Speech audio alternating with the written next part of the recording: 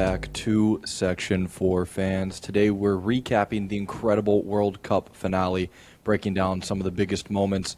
Then we shift to the latest around the sports world, including LeBron's decision, the biggest storylines coming out of the first few days of NFL training camp, and everything to watch as the MLB trade deadline heats up. We've got plenty to cover, so let's get into it. Episode 39. Good to be back, Carter. Good to be back. I don't know if you saw the breaking news out of the NFL like 30 minutes ago. Let it rip. Kyle Shanahan got into a major car accident a week and a half ago, so you did see it. Yeah.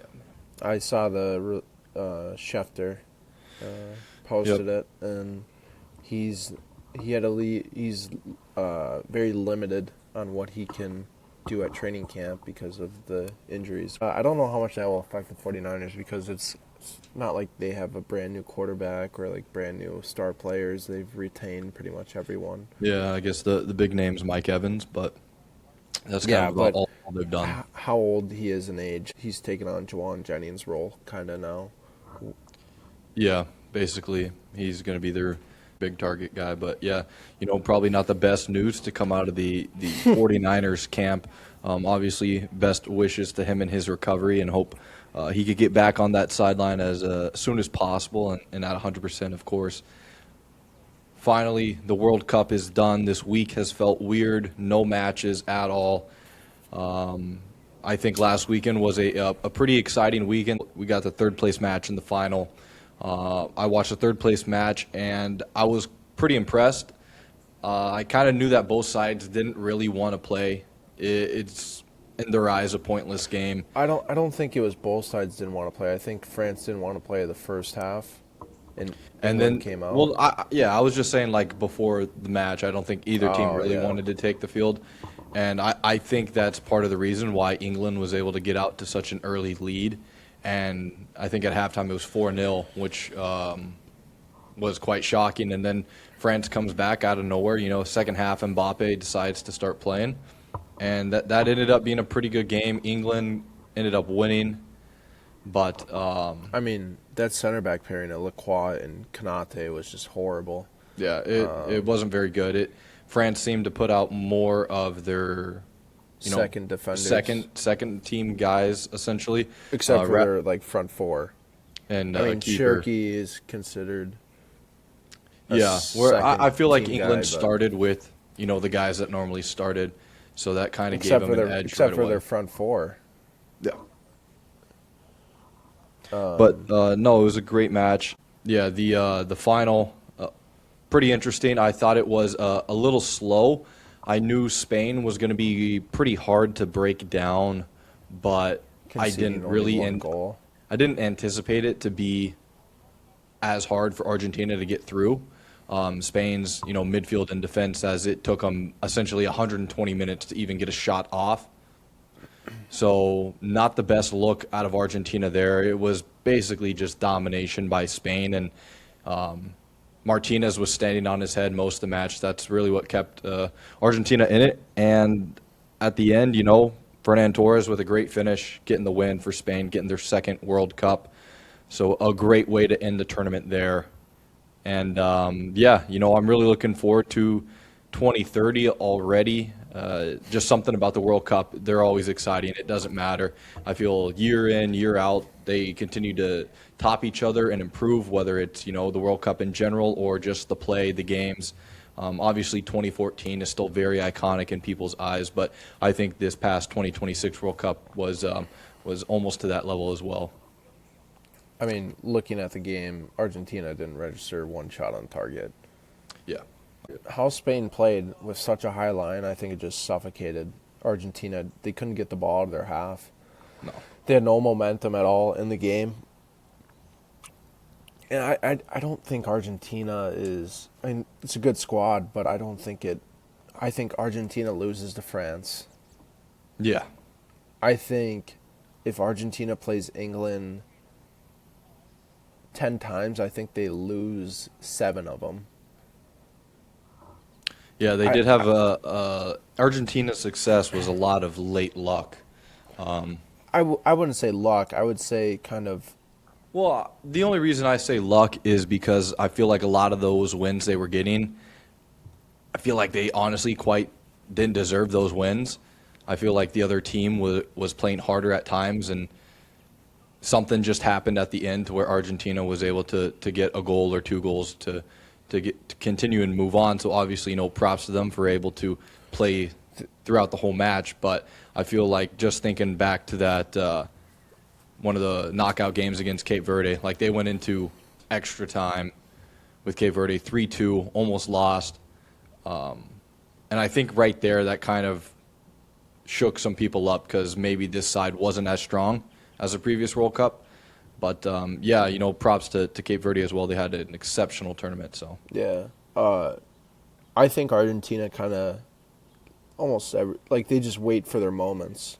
yeah, And against Spain, you can't wait for your moment because if you sit back and wait, they have the ball by your goal the entire time. One's bound to go in, and Emi Martinez played out of his mind. Yeah. Lizardo Martinez going down injured, and Otamendi having to come on in the first half didn't help. Romero getting subbed out 70th minute didn't help. Paredes played like he had his head cut off. Enzo Fernandez. That red card happens. I think the game, or red card doesn't happen. I think the game might go to penalties. I think so too. I think Enzo was easily Argentina's best midfielder. Obviously, depending on how you look at Messi, but in terms of center midfielders, I think Enzo was their best man through and through the whole tournament. Obviously, their other guys had their moments, like Paredes, but I think through and through, Enzo was that star in the midfield for him. Yeah, no, 100%. Messi kind of played almost just freely. I wouldn't consider Messi a midfielder at all because he didn't. I mean, he doesn't have to do anything defensively. That all other guys Yeah. have to do the defensive work for him. Yeah. Now with the end of the final, it was a great match. There was some controversy, I think, when some of the awards were handed out. Obviously, we could start with the one that was not a surprise to me, and that was Golden Glove. Unai Simon getting that with, I believe, conceding. 7 clean sheets. Yeah, he only let up one goal all tournament. One goal the whole It was tournament, against 7 Belgium. clean sheets. Yes, he didn't have a lot of action to do in some games, but still being able to be switched on and make, one big save But- when your country needs you, that's all it takes. And he had a very, very great tournament, especially with getting a bad rap going into the tournament. A lot of people wanted David Rea and that. The thing is that he plays so high off his line. And I think that you see like, oh, he doesn't face much action. Yeah, because they don't shoot the ball because they've played over the top. He just sweeps it up immediately. Like he Yeah. came out 40 yards to clear a ball from Messi. Yeah. Like Messi was running the ball. He came out, he was legit almost at half field and cleared it. Yeah, that happened multiple times, and that's part of realizing that your defense is playing with a higher line. So as a And I keeper, think you're that's going to why- need to play a higher line just for that to work, basically, because otherwise you're think just that's going to why get killed. They chose him over Yeah. Raya and Garcia because of how confident he is playing a high line with who he had in front of him. And clearly that choice paid out very, very well in the end. I don't think anyone, any Spanish fan would want to go back early in the tournament and have David Rea in net. I think they're very happy Unai Simon went all the way. And I think even the 2 other goalkeepers are happy with the choice they made because they got a World Cup at the end of the day. So, it's probably just an awesome feeling whether you play or not, just to be able to go out there and play for your country. It's something not a lot of people get to do, and let alone bring home a World Cup. So that's very exceptional from Spain. Great tournament. So not a surprise there with the Golden Glove. I believe the Golden Boot went to Kylian Mbappe, if I'm not mistaken. I believe 10 goals in the tournament. So this man seems to play and play out of his mind. This is during where every my World question Cup. is. Question: what do you got for us? Should the third place goals count towards the Golden Boot? Yeah, it's still a game. It's Yeah. still a game. I mean, he wasn't going to win the Golden Boot until he switched on in the second half. So, I mean, it helps when you have three of the best attackers in the world behind, like with you in your Yeah. front four. Obviously, he still puts up great numbers for during the club season, but you kind of hope to see that same output this upcoming year for Madrid with him. a little yeah, bit. you know, I think the hype is going to be even higher than what it was previous years for Madrid. But hopefully he can, start to adjust and Madrid could get rolling. Obviously, they got Jose Mourinho back. I'm excited to see him at the play helm. under Zidane for France. Yeah, that's also going to be interesting going into, I believe, Euros in the next couple of Euros years. is in 2 years. Yeah, 2 years coming up. So, a couple teams making coaching changes, see how that can adjust and help these teams, win the Euros or even qualify for the World Cup later down the road. But, yeah, so not a surprise there with the Golden Ball. He seems to ball out for France. Every World Cup has been spectacular. In all three he's played. So, hats off to a great World Cup career for him so far. I think the most controversial award was the Golden Ball. Even though I agree with it, I could see the point. People were upset that Rodri got the Golden Ball when he didn't have any goals or any assists. And people wanted Messi. Obviously, No. that's the Messi hype. And people wanted, there were some other names tossed out there as well. But obviously, Rodri had just a insane tournament. I think it was kind of under the radar as well. I don't think people really realize how successful that tournament was for him. He completed 692 of his 729 attempts of passes, and that shattered the all-time record for a single World Cup tournament. Obviously, a lot of records got shattered this tournament with that one extra game. We saw a whole bunch of records get blown out the window. He had 94% pass accuracy throughout the whole tournament. That's insane. And that was across 726 minutes. So the man was putting a shift in. So, people want the Golden Ball to be, goals and assists, which usually that comes into play. But with having such a solid guy in your midfield there, you can't discredit his World Cup run. I like that it didn't go to an attacker because, if Lamine Yamal put up half-decent numbers, he would have won it because He I just feel had like a little bit of the name and the age and just all the hype around him would have helped that decision. But I think Rodri, it was well-deserved. Yeah, I mean, 100%. He's a phenomenal midfielder. Especially let coming alone- back from an ACL injury in Yeah. 24. So, Yeah. Captain of Spain, he is probably the best midfielder in the world. He could arguably be the best Spanish player in the world of all time. Arguably.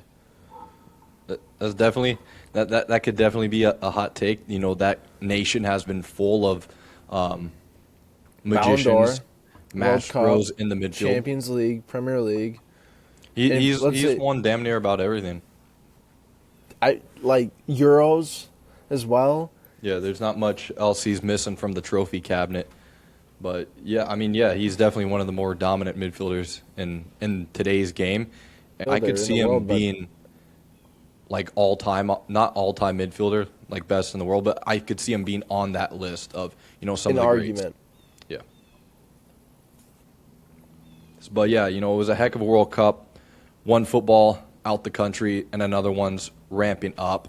We got NFL coming up here in a, two teams reported for training camp. Obviously, they got the Hall of Fame game, the Panthers, Cardinals. When so is some that? news is, I believe, Wednesday or Thursday of this upcoming week. So yeah, football's already back in Have action. they do a week of training camp and go straight into a preseason game like that? Yeah. I believe so. This week or next week, maybe.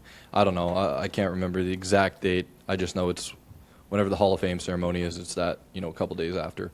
That's a But grind. before we dive into the NFL news right here, I just want to, get the elephant out of the room here with LeBron James and his decision to go to Philly, go to the 76ers.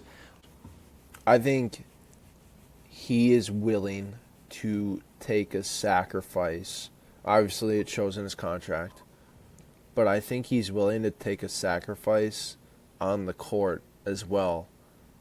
You could tell me if I'm wrong, but on the Lakers, he wanted the workload, right? He wanted to be the guy.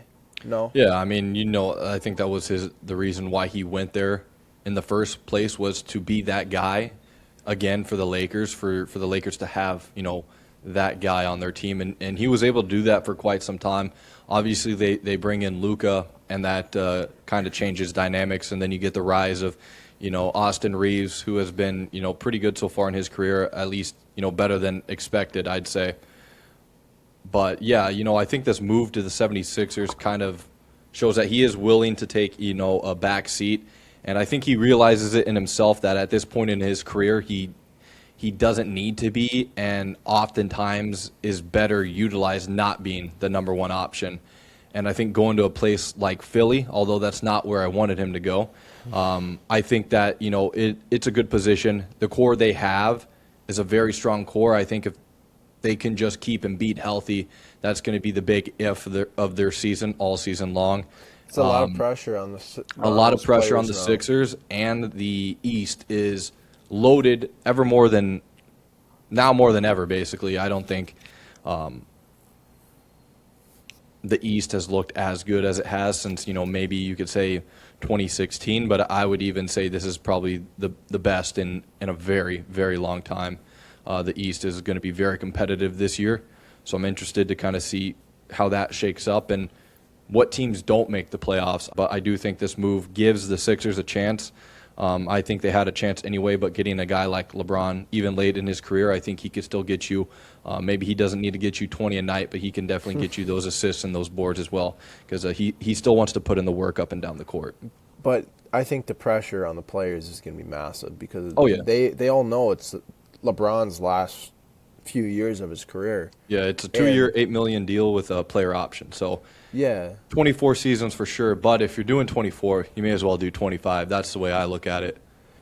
But the thing is that, like, think about the pressure. It's like you're a 76er, and you're like, he's coming here because you're hype as hell, man. Screw the pressure. You got the best chance in the league. You're just gonna go ball out for a season. If I'm a player, I'm like, he's coming here because he expects us to make the NBA Finals. For anyone on their roster, their career, this is going to be the best thing for them. 100%. Their play is going to massively improve, I whether think the they're a guy pressure, that gets though, minutes or no goes up. minutes. that's Pressure's up, but starting also, 5. yeah, I mean, but you have guys that have been pressured their whole career. You have Embiid, you have 100%. Jaylen Brown. So a lot of those guys have already been under pressure, under scrutiny. I think they're just used to it, and it's just going to be fuel for them all season long. I think it's just a different kind of pressure with him on your team, because you're talking about the greatest player of your sport playing on the same court. He's choosing a team that he had no connections with, rather than going home. Chose your team because he thinks your team has the best potential at making the NBA Finals. Yeah. Says a lot. There's some other teams in that conversation.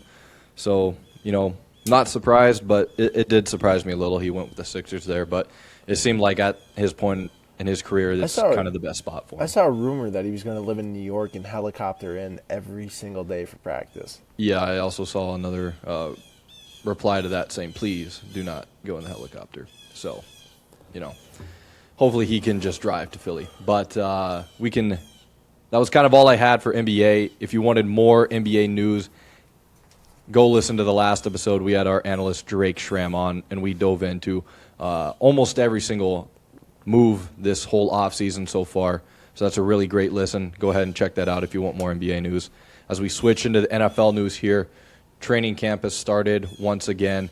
There's not been a whole lot of news coming out as it is just now starting, but there has been some good information I've been seeing. Quarterback battle over there in Minnesota. As a person in Minnesota, have you heard, maybe more in-depth news in comparison to me about how that battle's shaken up between JJ and Kyler Murray? It's not like a friendly battle. It sounds like it. It seems like they don't talk much. Mm-hmm. obviously it's the competitive edge, and right now you're battling for that starting spot to beat out the other player. What I've heard from like OTAs and stuff, that both didn't look that good. There wasn't a guy that looked a level above the other. They looked pretty similar, I heard, at OTAs.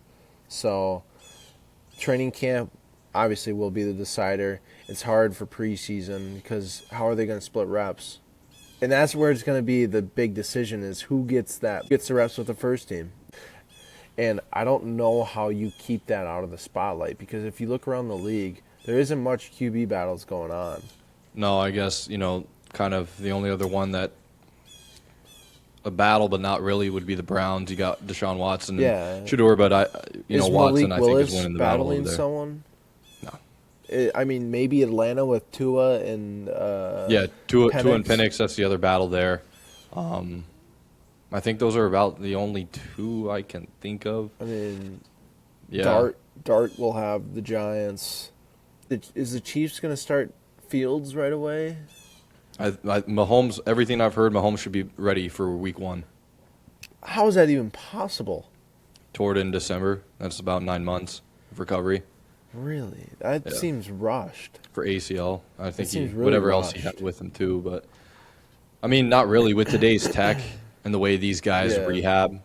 I think ACL used to be like a year, and I think now guys are starting to get back, about 9 months. I think some even pushing before 9 months, but I think 9 months is about a pretty normal timeline at this point. With Fields, I'll be interesting to see kind of how they utilize him. I know I've seen some stuff saying potentially some running plays for Fields, whether that's more in a trick play type of way or whether that's more of a Phillies got their QB, their tush push, here's kind of our next best thing sort of thing. I could see the Chiefs kind of drawing something up specifically for Fields. That just gives the Chiefs a little bit more availability in terms of what plays they can run with getting a guy like Fields in, very, very athletic quarterback. But yeah, I don't think many other quarterback battles have been shaping up. I know there's some other position battles. At least this, I think Tua's probably edging him out there in terms of being a day one starter. I think Tua's probably going to be lining up behind center over Penix to start the year, based off of what I've been looking at there. The other position battle that is interesting to me, but that's mostly because it's my team. Chargers have a little bit of a tight end kind of battle going on right now, as obviously they got Gadsden, who was very, very good in 2025 for them. And they also brought in, which went under the radar, was David Njoku, who's obviously, I don't think that was under the radar. I don't think it got a lot of media attention. I know he is later in his career, but he's a solid tight end. He's a solid receiving tight end. If everything goes to plan, I think the Chargers could give him some juice. I think he could put on a pretty good show if he can end up being tight end 1 for the Chargers. Obviously, with a great quarterback throwing you the ball, hopefully the line can stay healthy. They did bring in Charlie Kohler from the Ravens, who's more of a primary blocking type of tight end. So that will open up Njoku to be more of that pass-catching type of player there. And obviously with having Mike McDaniels as your OC, he's going to be able to drop some pretty great plays for you there. So I think that does it for about the battles that have been kind of coming out of early, OTAs and as we head into training camp here. But there are a couple other questions regarding the team and positions and whatnot. I think, a very good one to look into is the Eagles' offense. I think this is going to be a very interesting year for the Eagles, as not only did they lose A.J. Brown, but they have also lost their offensive line coach, who was with the team since 2013, and the Eagles are, known for having the best offensive line in the league. And they also bring in, once again, a new offensive coordinator. So Jalen Hurts, once again, new offensive coordinator. Where did the offensive line coach go? He was quite impactful for them, obviously, throughout their championship runs. But now with getting new offensive coordinator Sean Mannion, The way he plays is a very under center heavy type of offense, and I don't think that's what we've seen Jalen Hurts play majority of his NFL career. So that's going to be interesting to see how he can adjust to that new offense, as well as losing a weapon like A.J. Brown as well. Obviously, there was drama the past, couple seasons, but I do think he is a very good receiver, and I think we could see a lackluster year coming out of Philadelphia, and I think the offense is going to struggle, if I'm being honest. Devonta Smith is going to be unleashed. I think he'll be unleashed, but I just think it's a lot of change in Philly, so that's the way I'm looking at it. I think Philly will still win the division. Okay. Handedly. Okay. Interesting. Who's going to – Dallas is – what have they done this offseason? They beefed up their defense a lot. That's basically what they needed. They were able to keep Pickens and Lamb of their core. I don't think A.J. Brown's that much of a loss. You still have Goddard. You still have Saquon. You still have Hurts. Saquon declined last year. Is the decline going to continue? So like I'm saying, there is a lot of questions offensively for the Eagles. I think defensively they're going to be able to keep him in the games. How much of his decline is his fault, though? Because I think it's just more so once again, changing offensive coordinator. They had Kellen Moore 2 years ago. That he left to take the Saints job last year, new OC. It changes. They haven't really been able to retain an OC for more than one season, so that's going to constantly adjust the offense there. I just feel like there's tons of questions on the offensive side of the ball for the Eagles, but I do see that defensively they're going to be able to keep them in games. That's going to kind of be their crutch. That's what I imagine this season going for them. It's just hard to stop Philly on the ground. They run the ball downhill with Saquon, and all of a sudden they hit a play action pass with Devonta Smith going deep. Devonta Smith might be, I think, one of the most underrated wide receivers in the NFL, especially wide receiver ones. Another one that I'm kind of questioning is the Broncos. I think with Bo Nix's injury, I've seen kind of how his leg looks. It doesn't look the most ideal for how it should look. First of all, that was a nasty injury. Obviously, they acquire Jalen Waddle, so that is huge there. But I feel like the huge question is Bo Nix, and if he can recover in time to be Week 1 starter, or even if he comes back in the season, is he still going to be that guy that he was last year? I think that is a huge question looming over the Broncos season. And, in a very loaded AFC West this year, I think it just keeps getting more and more competitive out in that division. I think the Broncos got to figure that out quick if he's going to be able to keep playing at that level. I know you're high on Bo Nix as an Oregon guy, but yeah. Thoughts on kind of how the Broncos are looking with, obviously such a late season injury? I think they'll struggle at the start of the season. I think they're still one of the favorites to win the West. But I still think it'll be a toss-up for who wins that division. Yeah, it's going to be tight. I think it just has to do how confident he is. And if he goes down, Denver's screwed. They are really screwed. Yeah, I think that quarterback question is going to be the dark looming cloud over their whole season. I think the last question going into kind of training camp here, that this could shake up a franchise. Is the Bengals defense, is it ready to go? I think with getting Dexter Lawrence, that is a huge move. And, they had Trey Hendrickson. They didn't want to give him the money. Now he's at a division rival. So, those battles are going to be awesome to watch this year. But getting a guy like Dexter Lawrence in, that's going to be great for the interior defensive line. But, Cincinnati's always had defensive problems, especially since Burrow's been at the helm. And I think another bad year of Bengal defense, and I think Joe Burrow could be pulling some moves. I don't know what he could do. I could see him doing an Andrew Luck. I could see him forcing a trade.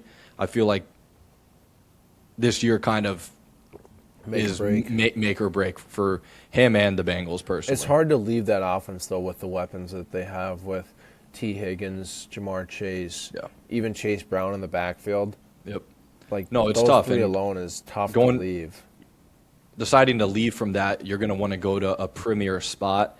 And there's not too many premier spots that can, compete with that offensive talent. Afford a contract like that, can challenge for a spot in the playoffs. Yeah. And he's had injuries as well throughout his whole career, so that's the way I'm looking at it, is I could see kind of an Andrew Luck way. Like, yeah, I kind of made you sign my boys on offense, but also you're not doing anything to help us out on offense. Like, we're a disaster there. I'm putting up 50 points a game and we're still losing. So I feel like a lot of those thoughts could creep in, and I wouldn't be surprised if I see an early retirement. I feel like he's kind of floated that out there when people have asked, like, oh, when do you see yourself retiring? And he's kind of just like, when I'm done having fun. So I feel like that could kind of be another looming thought in the back of his head. Yeah. But yeah, definitely a make it or break it year, I imagine, too, especially for a guy like Shamar Stewart. I feel like he needs a massive second year coming out, too. But as far as questions go coming into training camp, I think that is about all I got there. Now, I do think some teams could be pretty interesting this year. I think the Bucs, defensive side of the ball, they lose Levante David. They also bring in Ruben Bain and Josiah Trotter. Josiah Trotter, who a Ruben linebacker. Bain's a beast. So, I think defensively the Bucs could look pretty exciting depending on how it shakes up. But there's a lot of questions coming into training camp here. As we get closer and closer to the regular season, that's when I'm really excited to give in some early predictions at that point too. I do think we are a bit too far out. Who's winning the Super Bowl? Yeah, so stuff like that, division winners, I think we'll get those out. Someone tears their in the next couple. ACL in training camp and just screws everyone's Yeah, season well, up. I mean, that already happened. Panthers linebacker day one already tore his ACL of training camp. It's horrible. That's not a good look coming out of training camp. So hopefully teams can stay healthy for the most part. Guys could get back, and then we can make our predictions really interesting with how we imagine the team shaping up at that point, as we do have a lot of questions to go through. I feel like at this point in the video, I want to slide in my extreme hot take. Maybe not extreme, but kind of want to start ripping in some hot takes here and there throughout the episode, one from each of us. So I'm throwing mine in here as it's in the NFL section. And I saw this, and I 1,000% love it. I agree with it all the way. I think Tyler Shuck has a better 2026 than Patrick Mahomes. That's going to be my hot take of this episode. I think the Saints offense looks very, very good. I don't think a lot of people realize that. What are you looking at as better season? Are you saying he's going to lead the Saints farther? Are you saying he's going to have more passing yards? Is he going to have better touchdown to interception ratio? I'm saying, what are we saying? Better QBR? I'm saying he'll have a better season as a whole at quarterback. You could take that as you want, whatever stats you want to put in that category. And I think the Mahomes Saints in more stat categories. Yeah. Okay, he's going to be a higher rated quarterback than Mahomes this season. Okay. Could be. Would you take Shuck over Mahomes in fantasy? Yes. This year, yes, I would. Okay. Mahomes still going to be great. Fantasy is a completely different thing than I feel like stats in general because just scoring. But with fantasy, you asked me about fantasy, so my point is Mahomes coming off from ACL. I think he also LCL damage as well, so he had some damage in the knee. Yes, the expectation he's still going to be great. I don't think he will really drop off. But I think it's just the fact he's coming back from, a pretty serious injury there. I feel like that's just going to be such a big question mark. And the way that the Saints roster looks, they boosted up their offensive line. They brought in Jordan Tyson out for wide receiver to run with Chris Olave. They have Etienne. They have Kamara back. Chase Young is going to be healthy to start the year. They went 5-4 with him as a starter last year, and he started really balling out in the last couple weeks there. They do have the second easiest strength of schedule, so I feel like that's going to really help him be able to perform and have a pretty good year there. But yeah, that's going to be my hot take. I think Tyler Shuck has a better 2026 than Patty Mahomes. I don't think so. I think with his first full season starting, he's going to make those stupid mistakes that will be costly in him as a quarterback this season, which I think that will be the deciding factor then and there. But that's just me. The South is just a toss-up, I think. We'll take a pause before we go into the next section and let you rip your hot take of the episode here, too. America killed F1. Okay. Want to go into some depth here for some of the non-avid F1 fans or people that pay attention to the sport. Why do you think America killed F1? Drive to Survive was great to bring people into F1 and learn more about it, like myself. And I understood that it was very dramatized. It's almost like a reality show. I mean, you're trying to keep people engaged, so you're going to add more drama, add more things involved. I think that F1 took the whole U.S. thing too serious. I think the circuit of the Americas is perfect for the F1 calendar. I don't think Miami's good for the calendar or Las Vegas. Tell the people which race Circuit of Americas is in case they don't know. It's in Austin, Texas. NASCAR races there. I think they have an endurance race there, possibly. I'm not 100% sure. I believe IndyCar too, right? Yeah, IndyCar will do stuff there, but it's an actual racetrack. It's not like a street track. It's not. They're racing around a football stadium and stuff. Yeah. I think it's too much glitz and glamour now. Like, it's not even about racing anymore. It's especially in the U.S. It's not about the racing. It's about everything outside of it, which they have a race for that. They have Monaco for that. Let it be Monaco because it's historical. Now it's just like, oh, look what stars on the track today and stuff like that. And I think it's just ruining the sport because I think it takes out the intensity from the sport. I kind of can see some of your valid points about why you think, America and kind of their involvement in F1 is kind of, in your words, ruined the sport. Will agree with you there. I don't think the Miami race is very good. I love Austin. I also personally love Las Vegas. A nighttime type of race, it gives me like the vibes of, Saudi Arabia, because that's also a pretty great track there too. Don't get me wrong, it's a great track and everything, but I just think too much. I don't think the Vegas is focused around the race, really. Yeah. I think it's focused on everything else but the race. I think that also. Whereas Coda is focused on the race because it's not in Austin. It's just outside of Austin, obviously, but they say it's in Austin. It helps. But it's about the race. There's action on the track. It's not about because there's not a ton of famous people that go to that track that much. Really, there's not much glitz and glamour about it. That's why I love the Austrian Grand Prix, because there's not much glitz and glamour about it. It's a beautiful scenery in the mountains. Yeah, it is better when you kind of just get more of a race experience and less of a celebrity. Oh, who's very famous? Let's throw them up.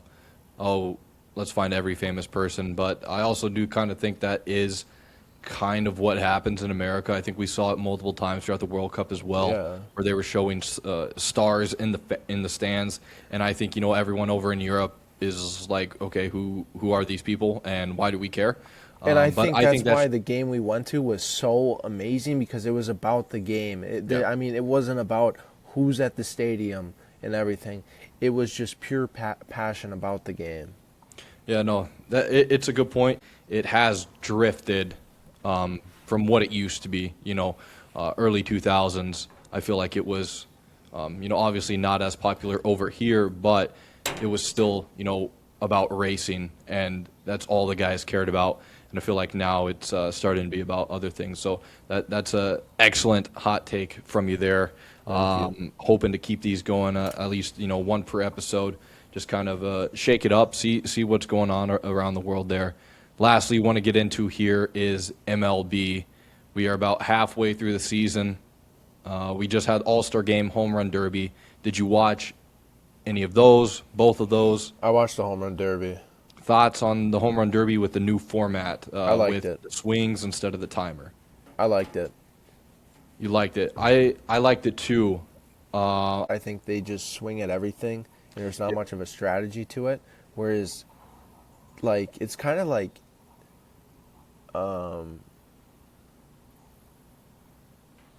like a cliffhanger kind of thing. Cause it's I mean, the finale was for sure. I mean, he had, what, 3 swings left, and he was 5 behind, and then he just kept going and going. He was on his last swing, and he got 4. 3 in a row. Yeah, something like that. So I did like the format. I thought the timer was good for a time, and obviously you saw a little decrease in the amount of homers, but I think that's just because guys aren't swinging at everything. That's the thing. But the home runs, I think this year were better. I think they looked better and were going a lot farther because the guys had energy because they only had, a certain amount of swings.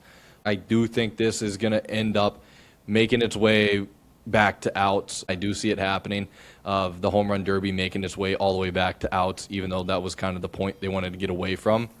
I think the swings is the best way that they've done it. It's definitely been the best in recent memory, and I know people weren't the biggest on Netflix's production, but I thought it was. Sucked. I thought it was, not too bad.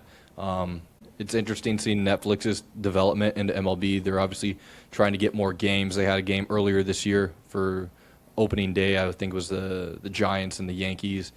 They just had Home Run Derby, and then I believe in a week or two they got the Field of Dreams game between the Twins and the Phillies. Twins and the Phillies. So that's going to be a good game. I'm very happy they brought the Field of Dreams back. I think last year. It's good that they're doing the Twins because it's actually near. It's probably the closest MLB team to the Field of Dreams. 100%. I love that they brought Field of Dreams back. Last year they did. I think it was 1 or 2. They did at a old historic ballpark, and then they did Bristol Speedway Classic. That one was interesting because just the way the field was set up and the rain delay It's on a racetrack. Yeah, the rain delay postponed that game, so it kind of shook up that whole event there. So they tried different things, but I think through and through, Field of Dreams is the best. It's it resonates with people because they've seen the baseball movie.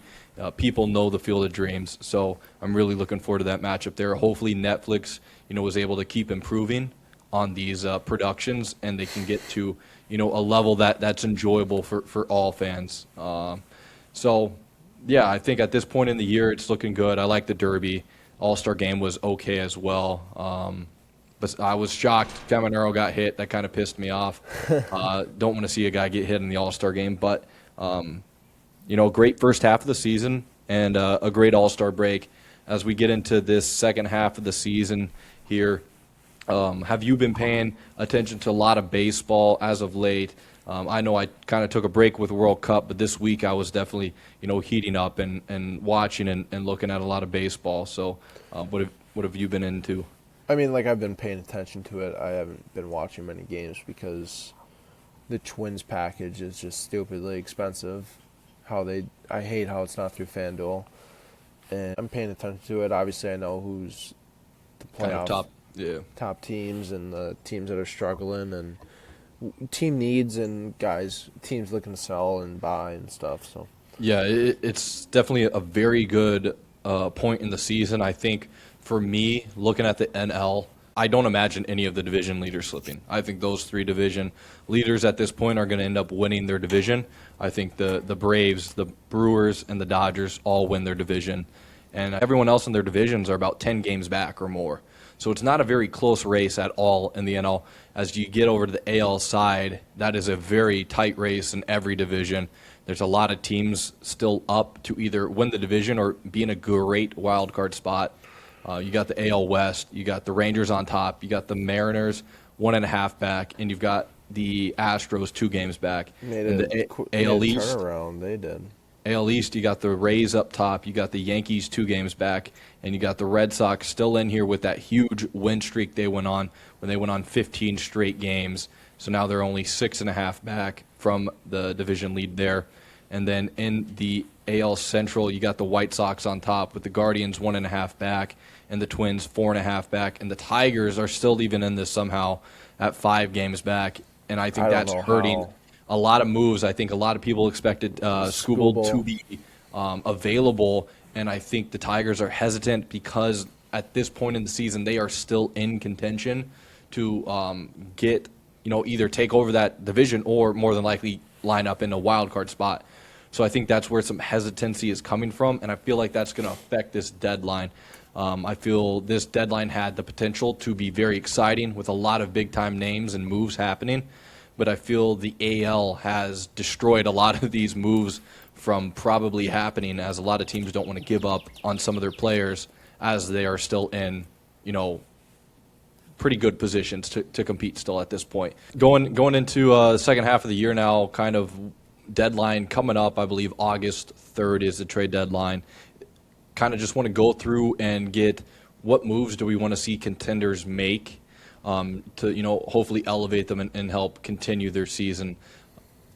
Contenders, I'm kind of just going off of division leaders and then the wild card spots at this point in time on July 25th. That's the standings we're going with. If it changes by the time it comes out, it changes. But as of today, we're going with them. So to start, I want to start with the Tampa Bay Rays. Obviously, they're the number 1 seed in the AL. They've had quite an exceptional season. I've been to a couple of their games, and this has been,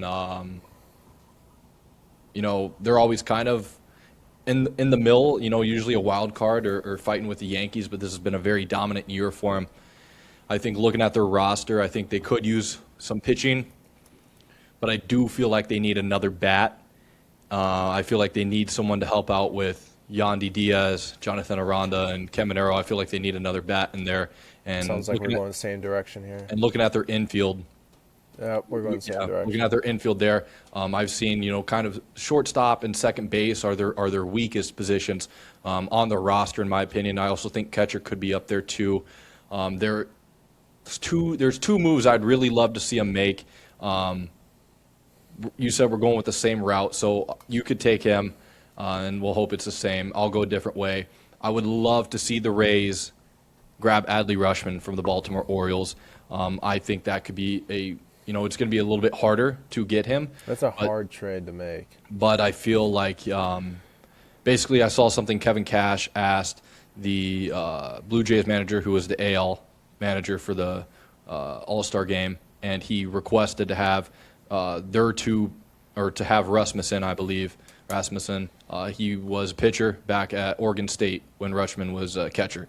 So I think he wanted that as kind of like a reunite, but I saw some stories circulating that maybe he just wanted to see that relationship. And then Rutschman also stayed in as catcher for the other Rays pitcher that came in.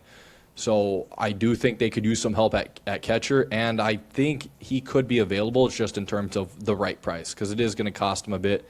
And the Orioles have kind of pushed more and more towards that younger catcher that came up the rankings last year, and he's been pretty good. So I could see a move there. But a move you'd like to see the Tampa Bay Rays make? Luis Arias. Perfect. I feel like he's always available. Yeah. For some reason. I'm just glad you went with that guy, and I didn't have that way. It was exactly what I thought it was going to be. But he can play. He's been doing a lot. I mean, early on in his career, he wasn't the best fielder, and I think he's kind of found it another gear at second base. Obviously, he is one of the most consistent hitters in the MLB. I mean, he's just like a safety net if you need someone on base. I mean, Yeah, he's just dominant hitter. it's so smooth.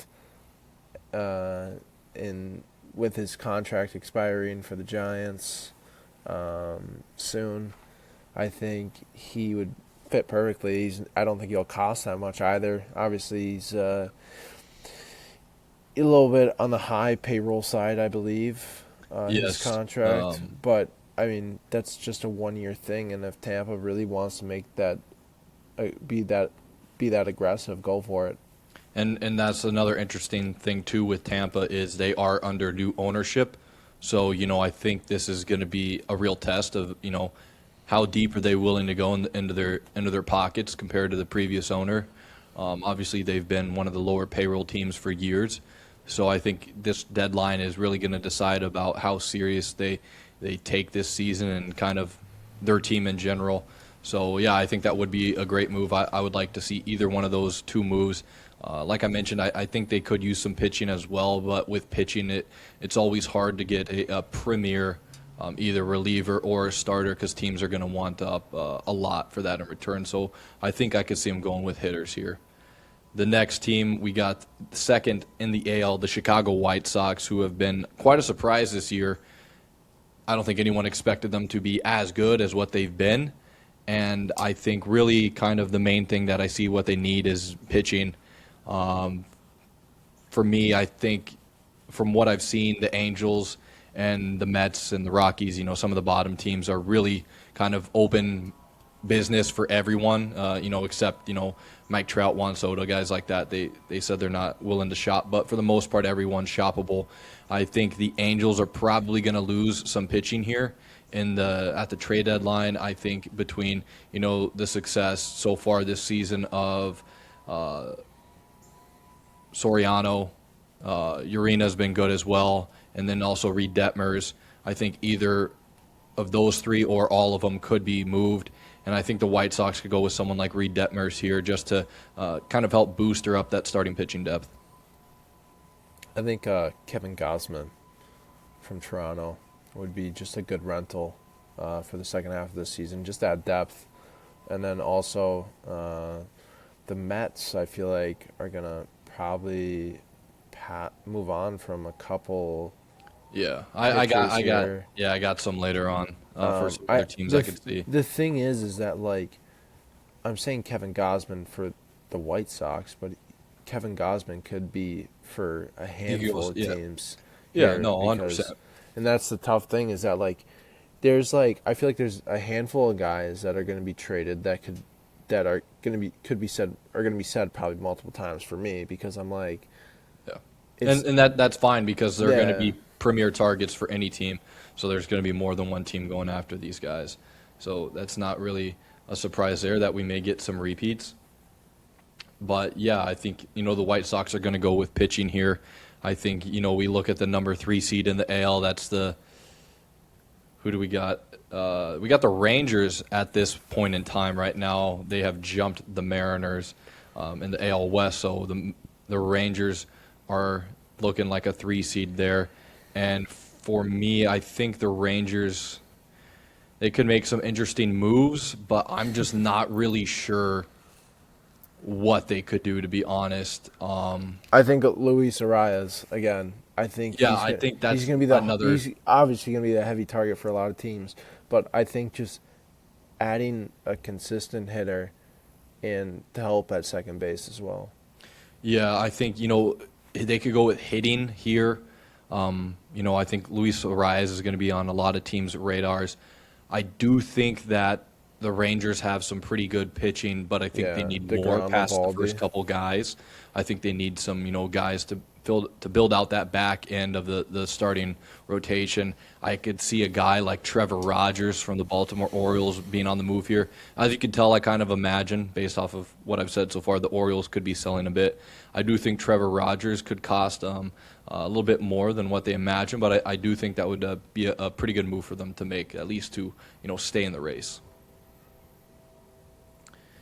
I think the next team we get to would be the New York Yankees, who I think everyone expects them to go in on Skubal, and that makes it interesting because the Rangers are still in, still in the running as we mentioned here. So I'm not sure what you got for the Yankees. I've got one move that I think is almost certainly going to happen, and that is going to be the Yankees. I think they should go and acquire Ryan Jeffers out of Minnesota, the catcher. I like that. I don't have a specific player, but just some, because it depends on what they're looking for specifically. But I mean, on a player I think they need infield type, help. I mostly. think I was gonna say outfield, Okay. an extra depth option because Judge has been in and out of the lineup recently. I think it adds just insurance in the outfield, especially a good fielder as well. I think it won't cost them much. I don't think either. They don't have to worry about it much. I think just extra insurance in the outfield would help. Yeah, I think they need some bats and definitely some defense as well. I think catching has kind of been their weakest point this year. Obviously, Ben Rice can play catcher. He's played catcher before, but they're not utilizing him as one. They've been rolling with Austin Wells, who has been having, the worst batting average within the last 200 plate appearances. It's not been pretty good, and they don't really have anyone back to back him up. So I think getting a guy like Ryan Jeffers, who is available and could be plugged in and gives you that boost on offense, and still a good catcher defensively as well. So I could see that kind of being the best possibility. I did see Hunter Goodman being thrown around, the catcher for Colorado, but I feel like just in terms of how costly it's going to cost the Yankees, I feel like they'll go with a cheaper option of Ryan Jeffers. And we move on to the surprise due to the past, couple games. The Boston Red Sox are in wild card contention after a horrible start to the year.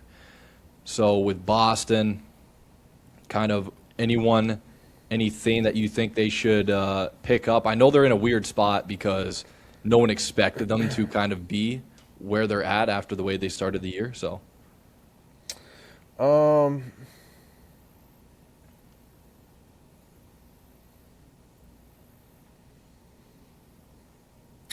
I think trying to keep guys is going to be the main thing for them. It's going to be tough. I mean, like, it's kind of. I mean, if they keep playing the way they do, who do you buy? Like, that's the thing. This win streak was, it was good for them, put them in contention, but it was also kind of bad for them. Now they're in a tough spot. They don't really want to do business, but also they kind of need to, at least in order to contend still, because teams below them are going to make moves as well. Like a month ago, you're like, all right, Chapman's going to be traded at the deadline. Yeah. But now it's like you got to keep him. Yeah, they have to try. Chapman could be moved, and maybe they could get away with that, but I don't think they could afford to lose much. I haven't watched a lot of Red Sox. I know Roman Anthony has not been playing, and I know they've had some IL, some pitchers on IL. So if I was Boston, I think I would just go with a pitcher here. Go after Joe Ryan again. Yeah, honestly, that's probably not a bad shout. I think just getting someone like Joe Ryan in there. And you aren't going to have to give up as much now for him because before the two players that they offered are excelling right now, and the Twins kind of look not stupid for not taking that. Yeah, but now I like that. That's a good choice going with Joe Ryan. I think someone of his caliber is going to be the best option for the Red Sox. I think they get a great starting pitcher in there, and I think that could help them keep their chances up. As we get into the last remaining wild card spot, this race has been very tight in the AL. It's been kind of fluctuating from week to week, game to game. We got the Cleveland Guardians at that last wild card spot. Is there a move you would like to see the Guardians make?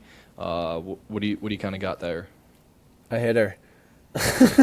And I'm not going to say his name again because I'm probably going to say his name again sometime if later. That's what you think. Arias. I mean, infield help is always needed in baseball, especially now he can play multiple positions as well, second and first base. Obviously, J-Ram being back from injury helps a lot. Yeah, he was out 6 weeks with a hamite bone Yeah, injury. so So him being back helps a lot. But another player added to the depth chart in the infield would help a lot. yeah, that's not a bad shout. But I will kind of go a different way with you here. Please. I think the Guardians Please. infield is, I think it's okay at this point. I think they could use some outfield help and definitely get some hitters in that lineup to help out. A guy like J Ram bring in some runs. I think they could go with someone that could be, kind of cheap, but also had a little resurgence this year. I think they could go with someone like maybe like Mickey Moniak out of Colorado, who boomed for a couple months, and I think he might have tapered off a bit. But I think someone like that, not a premier outfielder, but definitely a guy that has a bat and not afraid to use it. I think if they could get someone like that in the building, that can help them keep afloat. Let's get through this NL. NL, Dodgers in first. No surprise here. I think everyone thinks the move they should make is Skubal. Yeah, So I think we can keep can it skipped move there. on. Yeah. Just want to say adding Skubal just boosters up that starting pitching. You already got Otani, you got Yamamoto, Blake Otani Snell. shut down for the year of pitching, though, I thought. I haven't seen anything. I know he got clipped in the elbow, jumping the thing a weekend or a couple games ago by a teammate. I thought But- they were for the time, for No, rest I of the think season. they're just going to let him cook. But obviously, getting a guy like Skubal in there, they could kind of adjust him off. They still have Blake Snell, Tyler Glass now. They still have great pitching. So at the end of the day, they're just going to get stronger. Hopefully, a move like Skubal works out, whereas Otani's pitching is on hold this Yeah. season, but they expect him to pitch again at some point. They're I wouldn't be probably surprised. waiting. Close to the They're playoffs. probably Save his playoffs. own. Yeah. exactly, as we get into the other team that I think this could be a very, very good year for them, the Milwaukee Brewers. I think they look good. Pitching's It's looking just great. hard for them to It's buy hard because it's a players. small market team. I know. However, Bullpen. I think pitching is where they need to go here, and I think they could go with a name we mentioned earlier. I think Joe Ryan could be a very good move for them. I think it could cost them a bit more than what they intend to spend, but I think Joe Ryan could be a pretty good acquisition there. I think bullpen help is going to be much needed, and I think a team that needs a full pitching turnover is the Mets. So I think kind Yeah. of just pick Do and you think choose. someone coming out of the Mets, Yeah, Peralta. I mean he's Peralta I mean, back? I mean it's Peralta's. He's not going to help the bullpen, obviously, but But he could help pitching. yeah. I'm saying he's going to be on the block for the Oh, Mets, he, but he's available. I think the Brewers just look at the Mets bullpen and pick out like a guy. Yeah, Just- I think at the end of the day, I think we both agree they need pitching, whether it's bullpen or starting pitching. I think they could use both. I think starting pitching would help, especially as you get into the playoffs, with having the Miz, and then having a guy like Joe Ryan be like a game two type of guy. That's another very good starting pitcher there to maybe give you a good chance against a team like the Dodgers in the playoffs. Another team that's been doing some pretty great work this year, Atlanta Braves, sitting at a 3 seed in the NL. Once again, I think another team that could use some pitching. They've had so many pitchers injured this year. It's been very interesting how they've been able to stay afloat, and I think it's been majority of their bats. They've had some huge games out of some of their guys offensively. I think they'll compete for Skubal I think Skubal could be in here too. and Gosman. I think anyone from the Mets is going to be available, but the only thing is no matter what, I don't think the Mets trade in division. No. So that's kind of my hard thing is I could see them getting someone like a Peralta. They aren't who could trading just get by, but to- there's no way the Mets will trade in division, so it's not even worth mentioning. But I think Gosman or Skubal will end up on the Braves. that I may go back to my earlier pick too with Rogers from Baltimore. Baltimore kind of isn't in a position to win, and I think the Braves are, and I think getting just a good starter's literally what they need in my opinion. Acuna's going to come back from injury. So that's more firepower in the lineup there. You got guys that have been popping off, Michael Harris, Drake Baldwin. They've had pretty great seasons so far. So as long as they can keep that rolling, that's going to be some pretty great things down there in Atlanta. As we get to the first wild card seed in the NL, that's going to be the Chicago Cubs, who have kind of been up and down so far this season.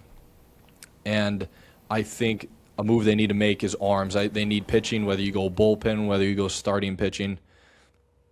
I think they need pitching no matter what at the end of the day. The Chicago Cubs definitely need to bolster up their rotation or their bullpen.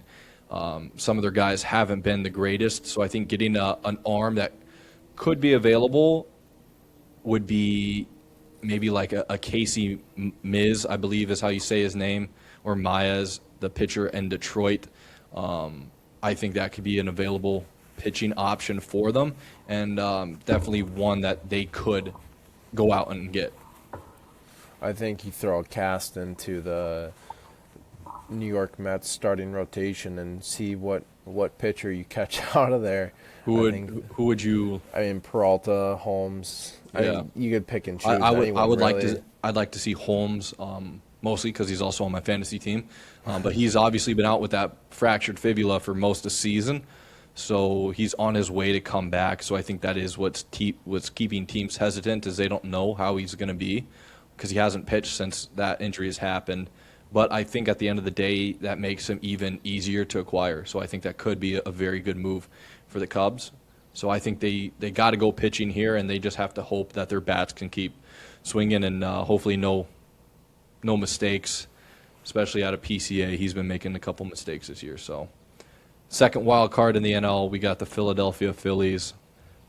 Honestly, this team is – I'm not too sure. I'm not sure what they really could use. They've struggled in the beginning of this year, fired their manager, and then they've been on a pretty decent run so far. They got guys that have been balling, like Brandon Marsh. Kyle Schwarber's been getting into the rhythm of it now finally, and even I mean those are basically it. I think they need some help in outfield potentially. Yeah, right I in feel left like they're a field. bit weak. They brought in Adolis Garcia. He's out. And then they also have Justin Crawford, who's pretty young. And that's just not a guy I'd want out there maybe as we get later into the year. I think a guy that has – see, for me, Philly's in an interesting spot. A lot of their guys are aging, so I feel like they need to go younger here. I feel like a guy that could put them in a definite win-now situation would be a guy like Byron Buxton, but the Twins aren't going to move on from him. He's the Mike Trout of the Twins. He doesn't want to move. So I think bringing in a guy on an available team like the San Francisco Giants, I think maybe they can acquire Jung-Ho Lee, who he was going kind of big on social media when the Giants were doing their celebrations in outfield. There was a lot of, fruity, a little questionable celebrations when they won the game. And he's quite a character, and he's a pretty good ball player too. So I think getting some outfield help is what the Phillies need. Yeah, I agree with outfield help. Got to name any of the names I've thrown around, or kind of how do you see it? Maybe you get more news closer to Philly. I don't really have a name that comes to mind, really. Okay, while you're thinking, let me put it. Do you think they're going to get a premier outfielder, or do you think they're more going to get like a second, third tier guy? Second, third tier guy, just an insurance guy to help out. I could see that. The Phillies really have gone into a pretty good spot here, and I think, outfield's their help. The pitching's been pretty great this year. I mean, you can't complain with a hell of a season like Christopher Sanchez, and you bring in Johan Duran to end the year. I mean, or to end the game. I mean, that's very nasty. That's a very nasty combo, and I love it because it's on my fantasy team, man. And I keep winning, so you love to see that. So outfield help in Philly, I think that's the move they need to make. And as of today, the last wild card spot is Arizona Diamondbacks, and I think they're in a pretty interesting spot there too. I feel like they could drop out. That last wild card spot is very close in both leagues, but I feel like the NL is a bit more competitive, so I could see that jumping around over the next couple months as we close out the season. But like I said, today's date, July 25th, the Diamondbacks are the last wild card spot. Is there a move that you would like to see them make potentially? Or Trade for a reliever. I think there's some good relievers out there on some bad teams. And Yeah. I think they need to. I think they have a good squad. I think they need to be aggressive and go for a high caliber reliever. for kind of just looking at what's been available, I think the Diamondbacks definitely need to make a push for a reliever, but just the way the other teams have been playing, it's hard to say which teams are going to move. Like I said, or like we've both said, Arnoldus Chapman would have been probably a premier rotation pick for a lot of teams to make out the bullpen. I mean, and the Red Sox went on a run, so I don't think they're going to move on from Chapman, although that would be a pretty great move for them. I think the Diamondbacks, I think they go with a guy like Luke Weaver out of the Mets. I want to say Mason Miller, but it just in division won't help. That won't help. And, you said Mason Miller, so I'll say this. Padres GM, notoriously aggressive on making trades, but even though they're not in contention, I don't see them moving on from Miller after a year of giving up the number one player in the farm system of like the whole MLB. Contract's insane. And the contract's insane. But the thing with the Padres is they just need to move on from Bogarts. They should have never gave him that contract, and that's what's kind of holding up their books a bit. But I think I agree with you. I think they need pitching.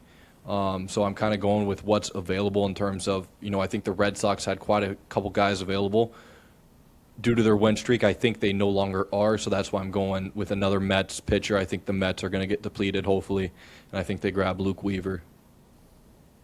Is there a name you got coming out of maybe the Mets bullpen or another bullpen? Do you think the Red Sox will trade someone? Or? I don't think Red Sox will trade. I think they got to ride the train. I mean, all the players feel the momentum and have the confidence right now. So I think the Mets bullpen is going to get torn to shreds this deadline. And like you said, I think Weaver would be a good shout for Arizona. Yeah, and I'm just saying that easiest available, I think. It may cost them a little bit, but in terms of quality and cost, I think that's probably their best option, kind of just getting in there. And hopefully they can get another run like they did a couple years ago, went to the World Series. But who knows? They could drop out. They could stay. That's the great thing about being halfway is the division leaders may be pretty solid, but the wild card race is going to be much more epic. So I'm looking forward to stay tuned into that wild card race, especially as this trade deadline approaches and passes. Is there anything else you wanted to add in this MLB section here, or you just want to end it on those kind of trade deadline, what we got cooking there? End it on that. I think, a good way to end it. And at the end of the day, I think we all hope someone can beat the Dodgers. So that is going to be episode 39 of the Section for Fans podcast. See you next time.